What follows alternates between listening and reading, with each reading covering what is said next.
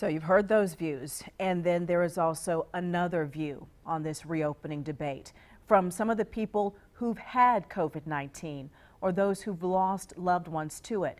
More than 800,000 people in the U.S. have gotten sick. More than 82,000 have recovered, including many right here in the Carolinas. They have told us just how bad this virus truly is.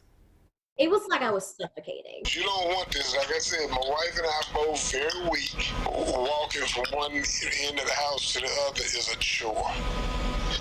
They don't want this. Believe me, they don't want this disease. Now, our Glenn Counts has followed those patients through their recovery, and tonight they told him that rushing to reopen right now just isn't worth it. Judge Donnie Hoover is 70 years old, nearing the end of a distinguished career.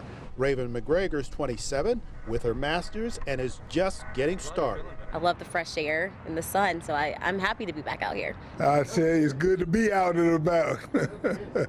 It's not the outdoors they are talking about, it's freedom. They both had COVID-19 and were in quarantine for weeks, and that's where we met both of them on a video chat. I've had the flu, I've had strep throat, I've never felt that bad in my life, ever. No comparison. I don't think people understand the gravity of this virus. Reopen North Carolina! From where they sit, protesters in Raleigh calling for the state to be reopened are misguided. I think they're making a major mistake. I can't tell you how big a mistake that's going to be. Do you think this is too quick? I think it's too quick. I just think that if they reopen everything, everyone may run back out there and start contaminating each other. While both sympathize with business owners, they now have a different perspective. I was really sick to the point where I felt like maybe I could die, and I could have died. If it's a choice between that and death of a number of people, I choose the business should close.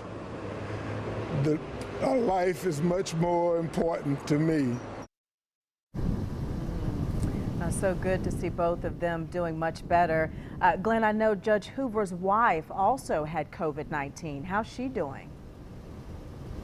Well, Erica, for a while there, she was actually sicker than he was. She spent a couple of weeks in the hospital, but she's out now, and both of them have a clean bill of health, so obviously that's great news. And we're also hearing pushes about survivors being asked to donate plasma so that they can help people who are critically ill to recover. Any idea if the Hoovers or McGregor plan to consider doing that?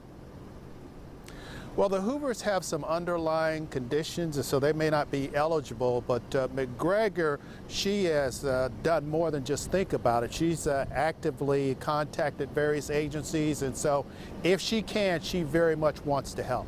All right. Thank you, Glenn, for bringing us all three of their stories. Thank you.